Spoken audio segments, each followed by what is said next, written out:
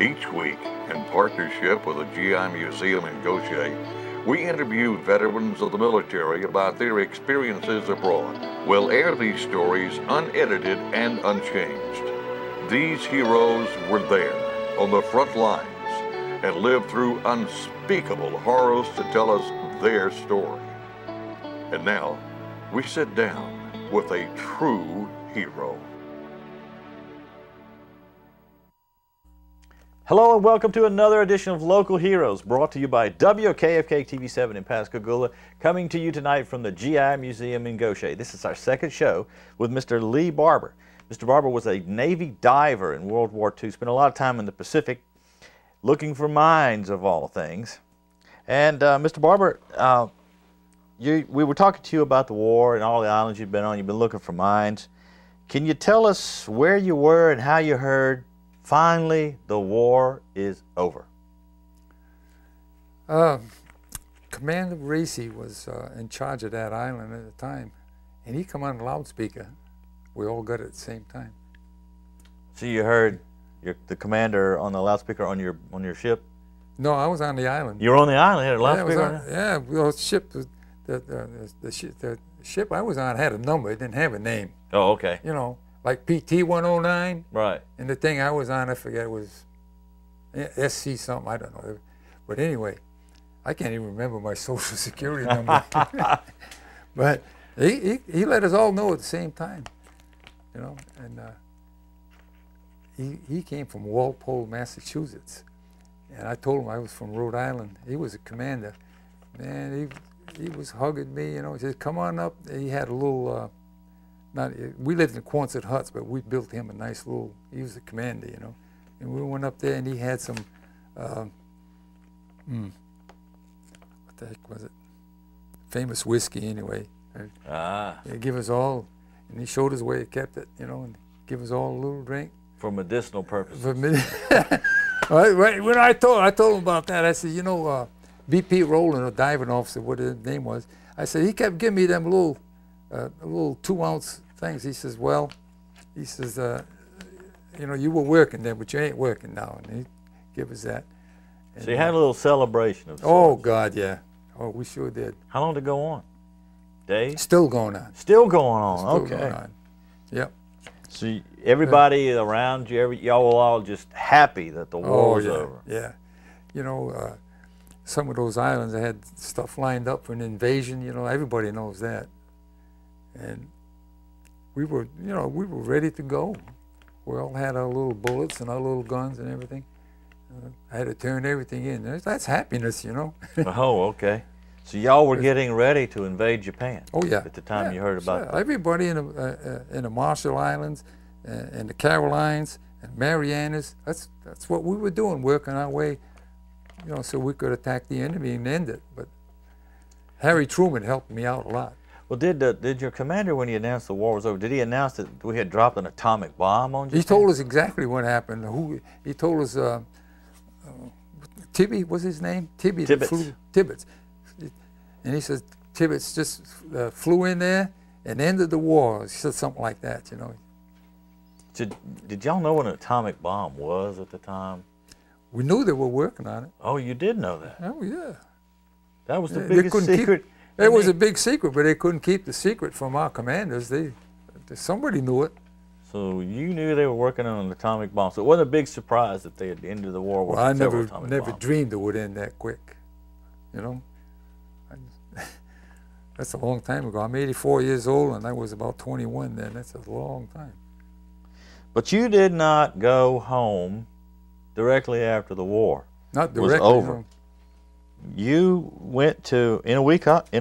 You were on Inuitak? Yeah. And you were the manager of something. What were you managing at the time? A beer? Well, it was a big reefer. Kept it at 35 or 36 degrees. That was my job. It was full of beer. Every afternoon at 4 o'clock, everybody knocked off their work, clean up wherever they're working, and come over there, and everybody could get 3 cans of beer. 3 cans, 10 cents a can. And I would get the chit, the guy would get the money, Bob, his name was Bob. Get the money. Give me the 3 pieces of paper. And I give the guy the beer. He handled the money. I handled the chit and the beer. And this was every day. Well, I think everybody deserved that, you know. And Schlitz Brewing Company provided most of the beer, and I think they gave it to us, really, because at 10 cents a can, we had so much money in that kitty that we had free beer every Friday. Free we had beer a big Fridays. crowd, big crowd on Friday. At 10 cents a can, some guys were so cheap, they waited till Friday, you know, to get that beer. And the guy that was a cook, you know, I give him beer anytime he wanted. He was a nice guy, and he would bring us some hot bread, and you go up to Quonset Hut where they kept the groceries, you know. Yeah. And he gives us a ham or something, slice the ham up with hot bread. Free beer and free food, you know. Instead of going to the chow hall, we sit outside every Friday. So what were you doing prior to time for happy hour when you opened up the beer place? About 2-3 days a week, we went on designated patrol. I was on the sub chaser, 104 foot, and to me it was like a yacht, you know, because after the war it was peaceful. You could go swimming or go fishing off that, but we had to patrol a certain area, and we were still working. You know, we were salvaging stuff on the outside, and we were still finding mines. 6 months after the shooting got over, we still finding mines everywhere. I would imagine there might still be some mines out there. I think so. I think so. Because, you know, the enemy planted those suckers for 20 years out there. Yeah, you couldn't get them all, could you? Just where we wanted to get in and out, you know. See, the last place I was on, there was like a horseshoe. And there was only one way to get in there. There was other ways to get in, but there was only 18 foot of water. When they had these mines, but, you know, United States ain't stupid. So we found where all those mines were, and then people bring their supply ships. I remember the ship come in there, and then up on the bow they had a tarpaulin, big tarpaulin covering something. 100 cases of beer. That's how they brought it in there outside of a ship. 100 cases. Yeah, 100 cases of beer. So one day, because I was born in Rhode Island, and there's a big brewery up there called Narragansett Brewery. And one day we opened up some cases of beer. Narragansett Brewery, Rhode Island, Providence, Cranston, Rhode Island. Can you imagine that? I'm way out there, and the beer was made 20 miles from where I lived in Rhode Island. It's a long way to get there, wasn't it? Yeah, they provided that at no cost. Yeah. But after that, did you go to Japan? Yeah, I went to Yokosuka. Up the, you know where? Are you familiar with the coastline on Japan? Somewhat, yes. I don't know much about it, but we went up Sagami Bay. And Sagami was where they had, the enemy had some submarine pens up in there or something. And we went in there and we drove up in there. And they still had some submarines half finished or some all finished. And of course, when the war ended, that was it. We had the battleship Kentucky under construction. You ever heard of that? Yes, sir. And we used it for spare parts. It was about half built when the war ended. Battleship, and we got all the spare parts out there. Why did y'all go to Japan? What was your job when you went to Japan? Did you just go for sightseeing? Supplies. Well, we went in, that boat we had, they had to do a lot of certain tests on it and stuff, and we used their facilities for that. Oh, so you were testing the ship? Yeah, the boat? They had a lot of special equipment there for locating, locating mines mostly. And these were made out of wood? Yeah. And the purpose, the reason why they were made out of wood is so they wouldn't cause the magnetic mines to go off. Anti-magnetic, yeah. But you had something called a degaussing wire cable. Yeah. that ran all the way around the ship. So it was basically something that was to prevent magnetic buildup? Exactly. Degaussing, it degaussed the whole ship. And if you pricked a hole in it, or drill it, or somehow, it lost its effect. And you had to replace it? Yeah. And that's a job, you know. you figure the ship's 104 feet long, and you go around this way and back that way, you need about 500 foot of cable, and it's not easy to get at. You know, it's well protected. Sounds like a job for a Navy diver. Well, we did all that. Yeah, we did all that. Speaking of diving, when you took these dives, approximately how long did a dive take? Well, 4 hours was normal. So 4 hours of being cold. I was glad to be cold. You were glad to be I was cold. glad to be cold because we were operating 10, 12 miles above the equator, you know, in those Marshall Islands. It was hot. It was hot every day, 110 degrees. And the nights got cooled off to 90, but it was just that hot wind blowing. But anyway, it felt good to me to get down there and be cool. I was sitting up there getting dressed and perspiration coming off me. I said, I can't wait to get down there. Oh, air conditioning underwater. Natural, yeah. Yeah, natural air conditioning. Well, we're going to have to take a short break right here, and we'll be back with more local heroes in just a moment. Welcome back to Local Heroes here on WKFK TV7. We're having a very interesting conversation with Mr. Lee Barber. Mr. Barber, a World War II Navy diver, spent a lot of time in the Pacific on wooden minesweepers and sub-chasers, and his job was finding mines. Mr. Barber, the war's over, you've been to Japan, you came back to the States in 1947? Yeah. But you had some stops along the way. We stopped at Wake Island and Midway and Wake Island in Hawaii.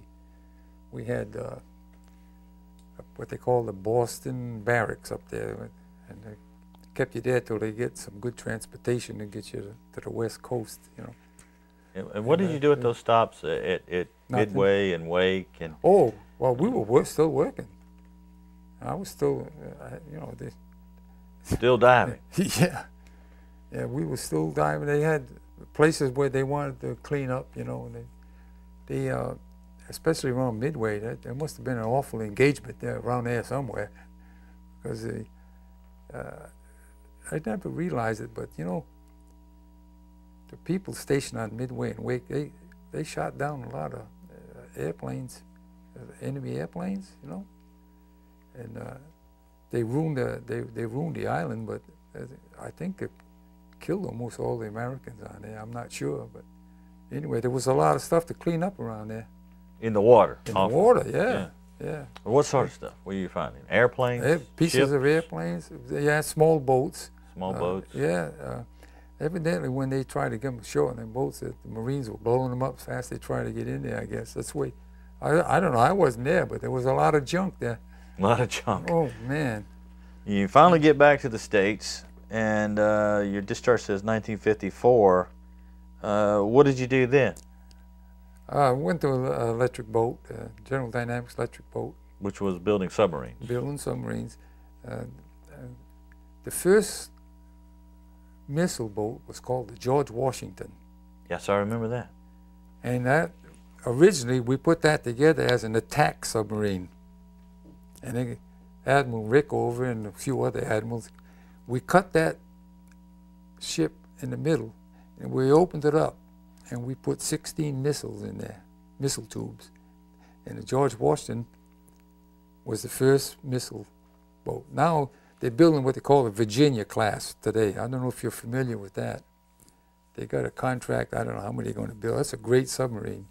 And I heard that they got one called, not the Rhode Island, but the New Hampshire. Oh, okay. Huh? You heard about that one? Yes. Yeah, the Virginia class. And it's such a great ship. Now, what I like about it, this joker over in North Korea fired out the missile, huh? Well, if you ever put a warhead on there, we got 3 or 4, I don't know how many, missile boats around there that could wipe him out in 15 minutes. You know that? Let's hope that never happens. I hope, well, I don't want to see anything like that happen either. But that's why they keep building these boomers, you know. That's one of the best defenses we have. You can't find them. You can't find them. And this Virginia class they're building is so quiet And they can go right underneath a Russian boat, and the Russians don't even know it's there. Sound like a fish, you know. Actually, their mission is, if in time of war, if there is a nuclear war that occurs, they go to the bottom and sit. And at the end of 3 days, they come to the surface and they send up an antenna. If they get a certain signal, then that's when they launch their missiles. Yeah. So no matter how The many red telephone. attacks we get, there's always going to be the boomers, which are the missile-carrying submarines, where nobody knows they are, that are going to finish the job when it's all over. Yeah. So that'd be an awful. Oh, yeah, that would be a tragedy, I tell you. But you know, we got enough of them now, and they got 8 more to build. The Virginia class, such a great ship. They got 16 tubes on there with 16 nuclear warheads. They could wipe out Europe, Asia, anybody. And now they should know that, huh? I hope so. But you're working an electric boat, and you kind of get tired of the cold weather. Tell us about the cold weather and what happened one day when you were coming out of here. We finished the James K. Polk. That was a submarine with 16 missiles. I was a ship superintendent on that. We went on sea trials. And when we came back, the Navy accepted it, the 645 James K. Polk. And my boss called me and he says, you got to go to Quincy, Massachusetts. I says, what's up there? He said, well, those 3 boats that we started here, you got to go up there and finish them. So I went up there, and we had a nice little office, you know, and all like that. And that was the first winter I stayed there. And the second winter, we had the biggest snowstorm, you know, and I was working nights at testing. We were testing all these ships. I said, well, it's snowing. I went out to get my car. It was a pile of snow. It was a mound of snow. My friend Dave Ware was Human Resources, and we got in contact. He was in Human Resources where? At Ingalls Shipbuilding when Lytton was running it. And they called us not ship superintendents, and ships managers. So I come down there and... you called him up? We had a conversation. And he called me back. He says, come on, you know, and stay. Ingalls used to run the Longfellow House. That's where I stayed, Longfellow House. And I went back home and got my clean shirts and everything, and I came back down here. That's 42 years ago. I came back here. And then they started an overhaul. So instead of working on new construction, a group of us went working overhaul. They started bringing, remember when they built 30 destroyers over at Ingalls? Yes, sir, I sure do. They started coming in for overhaul. So I transferred from the shipyard back to the Navy, civil service though. I didn't go in active, I went to civil service. And we repaired them, started with the Hancock, and we went through them all anyway, retrofit and all. And one day, my good friend Joe Grantham, working in contracts, he says, Lee, I can't hire anybody, we got to freeze. He said, come on up and see me. I went to see him. He gave me a job in contracts. I had a little cubicle there, air conditioned. My wife bought me a coffee pot, you know, everything. And I worked there for 10 years, and then I finally got retired out of there. Speaking of your wife, you came back down to Pascagoula to get away from the car being covered with snow, basically because you'd been spending time in the South Pacific at 100+ degrees, and you kind of got used to the hot weather. That hot weather. So you came to the beautiful Mississippi Gulf Coast, where the weather is warm and sometimes cold. And how did you meet your wife? Tell us about that. Well, I used to like to go out once in a while and have supper at, you remember the pier? There was a nice club out over there, you know, and they had a piano player and all that. So I used to go to listen to music and eat my dinner. So this lovely lady was there with her boyfriend.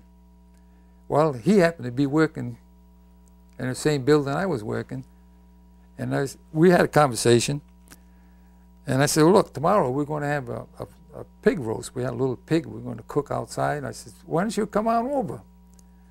Well, he decided he didn't want to go, but his girlfriend came. Well, she's a very fine lady. I said, well, gee, I don't know how I can live without this Blitz lady, you know. So anyway, we went around for about a year and I ended up getting married, and I forget about them 2 years contract, you know. So she was teaching school and I was working on the East Bank, you know. So every morning we say goodbye and come back in the evening. It was great. And you know, so that's my story about being in Pascagoula. I met a young lady here and I stayed here. So you were only going to plan to be here 2 years? Yeah, originally, yeah. But that's a great place to work over there. That's a night at the Pier Restaurant and a pig roast, and you found a wonderful woman. Yeah, yeah, yeah. Now, you also worked, when you were working at for Soup Ship, you worked on the USS Iowa and USS Wisconsin. I worked on the Iowa and the Wisconsin. The Iowa came in first. Yes. And they were getting it ready to send it to the Persian Gulf. Yes, sir.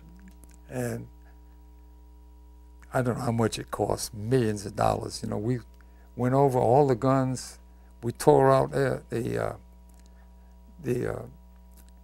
fire rooms and the engine rooms, tore them all out, all new bricks in the fire rooms. And my good friend Breezemeister, he was an expert on them engine rooms and fire rooms because he fired them for 25 years. You know, so he and I worked together on that. You know, and the turbines had to be taken apart, and that was a clean. I had to put a canvas tent all around those turbines.